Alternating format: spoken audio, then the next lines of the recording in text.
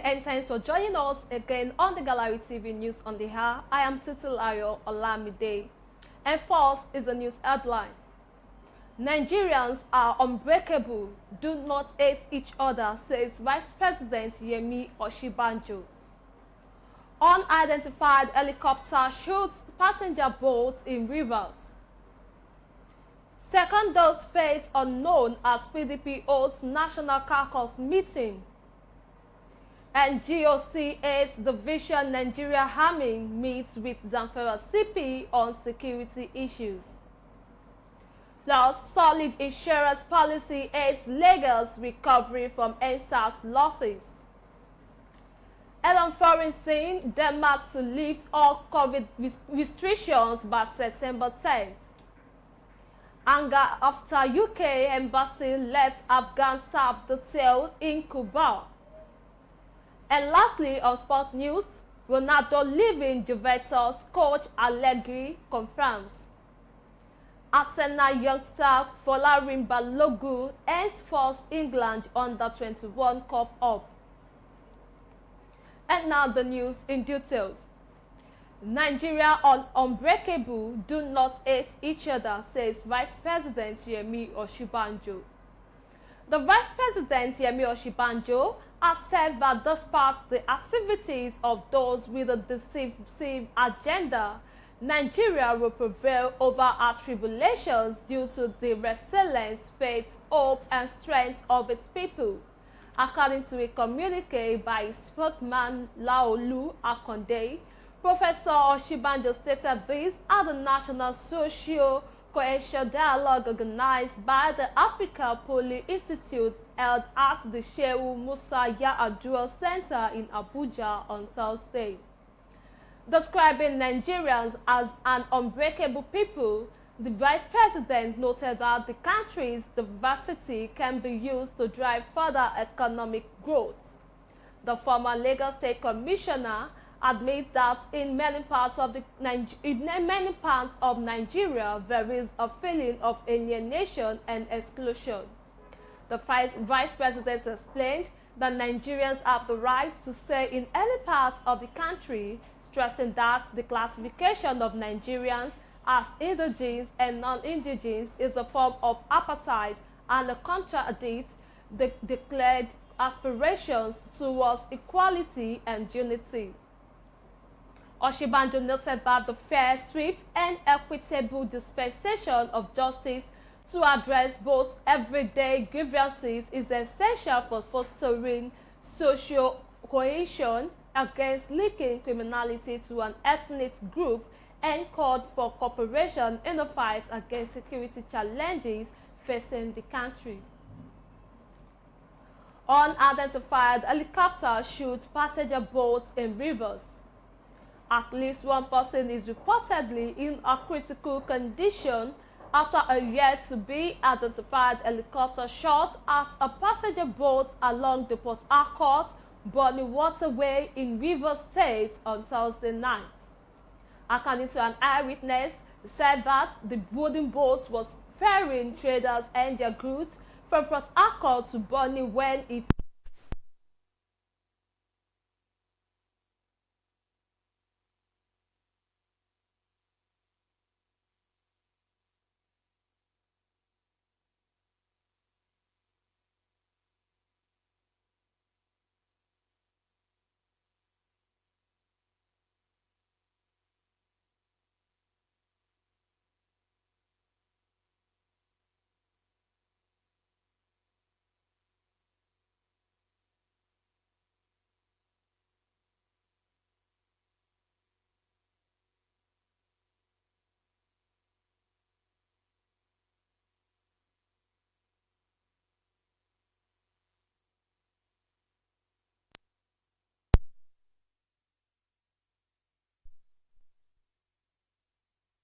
Caucus meeting.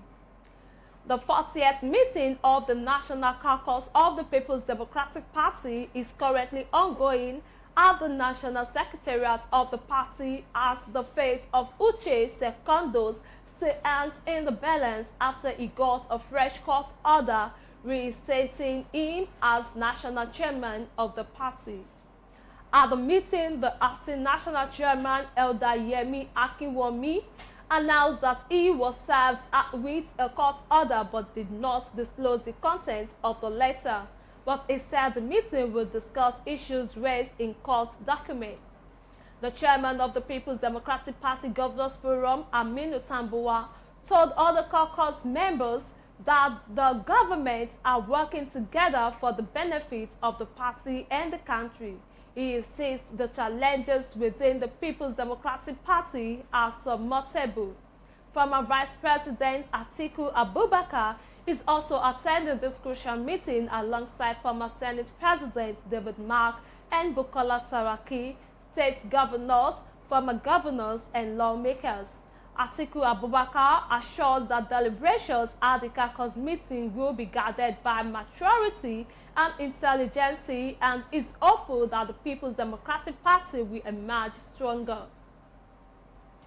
GOC 8 Division Nigeria Army meets with Zamfara State CP on security issues. The General Officer commanding 8th Division Nigeria Army Sokoto, Major General Uwem Basi, arrived the headquarters of the Nigeria Police Force Zamfara State Command. The Major General Basi is also the commander of the Joint Task Force Operation Adarin Daji, Northwest Zone. He is on a court visit to the police command. On arrival, the senior military officer was received by the police commissioner, CP Ayuba Elkana, and a guard of honor at the premises of the command. The two are expected to discuss on issues of security in Zamfara State and neighboring states. Zamfara, Sokoto, and Kebbi states are experiencing resurgence of armed banditry and adoption of persons and students in recent times. The two senior officers are in closed-door meeting as at the time of filing this report. Solid insurance policy aids Lagos recovery from NSAS losses as Lagos State Civil Service Insurance Week ends. The Lagos State Governor has said that its solid and proper insurance arrangement helps the state underwrite its losses incurred during the NSAS protest. The Lagos State Governor Babajide Sanwo-Olu said this in a keynote address at the grand finale of the Lagos State Civil Service Insurance Week themed "If You Can Be Insured, We Will Bear Your Risks." The Gallery TV Adebayo Omolara Gray has the report. The Lagos State Honorable Commissioner for Finance, Dr. Rabiu Olowo, said he has no doubt in his mind that the intention of the state government and the partners, which is to raise the level of awareness on the importance of insurance, will be achieved even beyond the expected threshold. As a government that is forward-thinking and particular about the safety of the entire workforce, we are taking it upon ourselves to ensure our staff against unforeseen occurrences, including the payment of insurance benefits in case of death of any staff while in active service. Dr. Olowo said, in addition to raising public awareness about insurance, I am glad to inform this gathering that in order to make the process of assessing insurance claims by government employees less cumbersome, the Lagos State Ministry of Finance, through its insurance department, have concluded zoning the activities of the department, thereby decentralizing its operation. The closeness of the tie between the government and the insurance industry is substantiated by the obvious fact that annually the state government engages in service of professionals. Over 150 insurance brokers work with the Lagos State government across ministries, departments, and agencies. This planned decentralization, according to him, will take into cognizance the 5 Ibile divisions of the state where zonal officers report activities and claims to the headquarters for promptness, efficiency, and effectiveness. While we continue to restate our commitment to the protection of life and property, this national responsibility of government, it is important to state that our people must be willing to play their part and do the needful. We have instituted insurance as a culture in Lagos State. Also speaking at the event, The Permanent Secretary, Ministry of Finance, Mrs. Oyeyemi Ayola, unveiled a digitalized insurance platform for civil servants in the state. And as a ministry, we are going to be encouraging you to key into all these initiatives. This one, you save towards your retirement, and after your retirement, you get whatever you are saved with interest. The climax of the event was a raffle draw segment where winners of 2 new cars, 2 and 3 bedrooms apartments emerged respectively. The 2 cars were won by Mr. Salahu Dirisu Anatekun, Porter, Ministry of Wealth, Creation and Employment, GL04, and Mrs. Akindele Tawakalitu, Principal Executive Officer, Ministry of Special Duties and Intergovernmental Relations, GL12. The 3-bedroom and 2-bedroom flat winners are Mr. Adeyemi Akim Babatunde and Mrs. Mobolaji Felicia Olabisi. Adebayo Molara, The Gallery.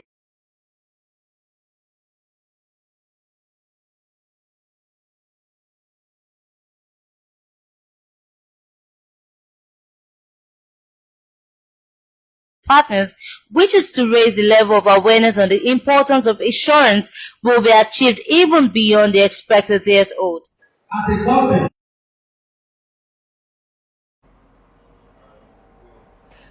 We will be going on the short break, and then when we come back, the news continues. Stay tuned.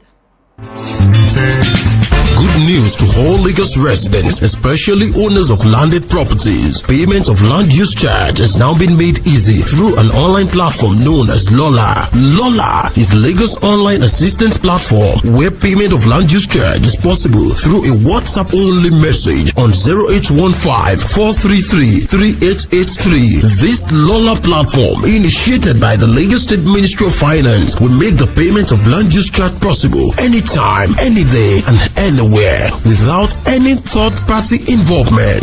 For more information, please visit www.lola.ng or luc.lagostate.gov.ng. Lola, the easiest way to pay your Lagos State land use charge. Always remember, Ìgbéga ìpínlẹ̀ Èkó àjùmọ̀ṣe ni. Welcome back from that break, and with that, we move to the foreign scene.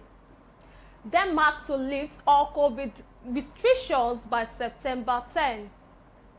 Denmark will lift all its COVID-19 restrictions by September 10th, health officials said Friday, saying the virus no longer poses a threat to society due to the country's broad vaccination coverage.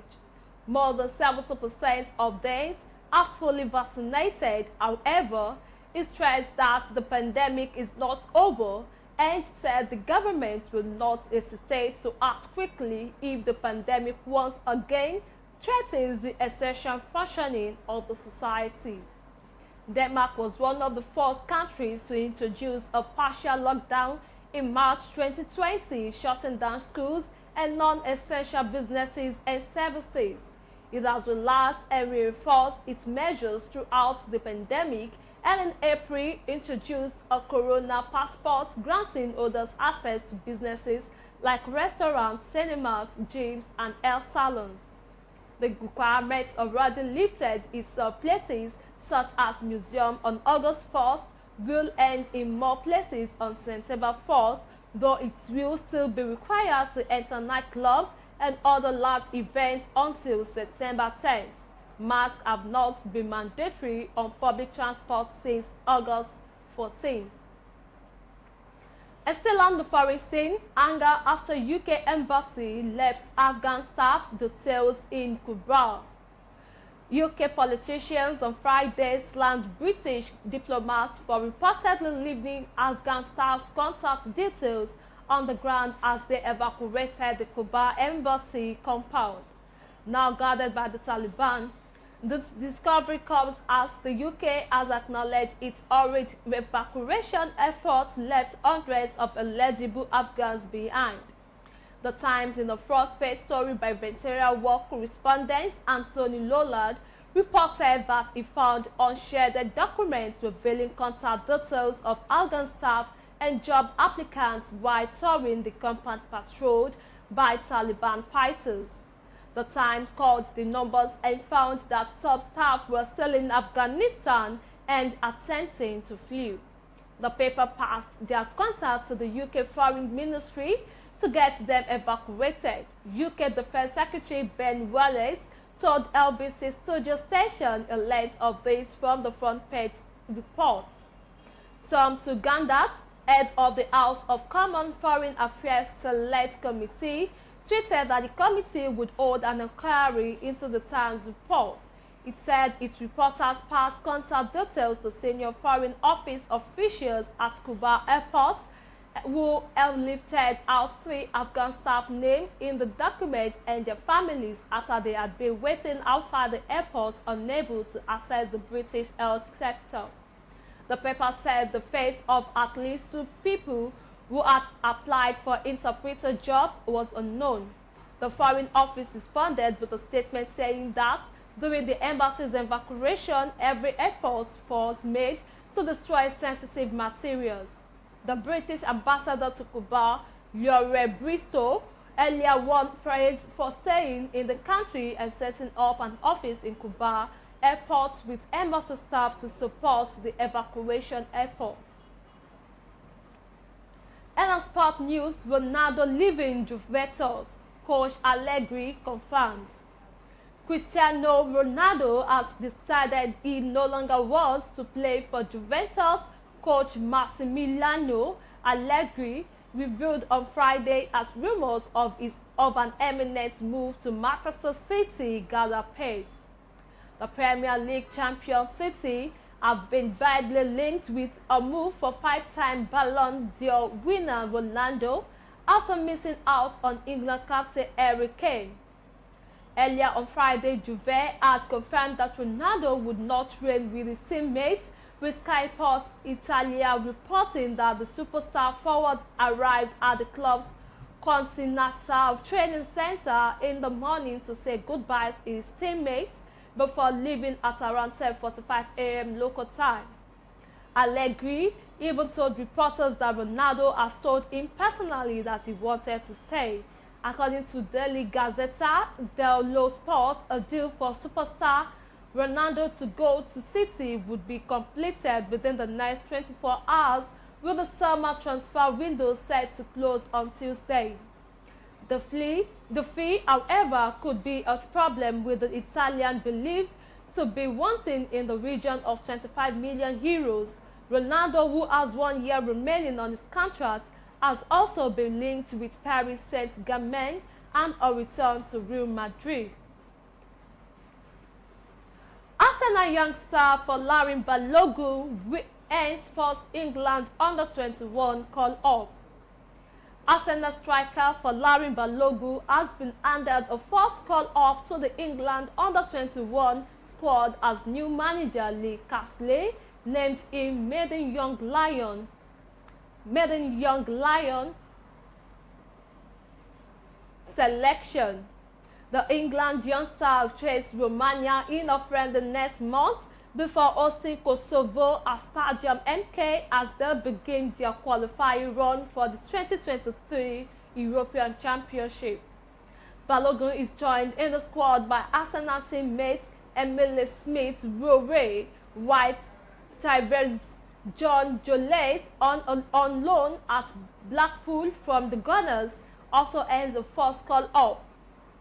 It is the first squad since former manager Heidi Butfield left his post, having failed to get out of the group at the successive European campaign.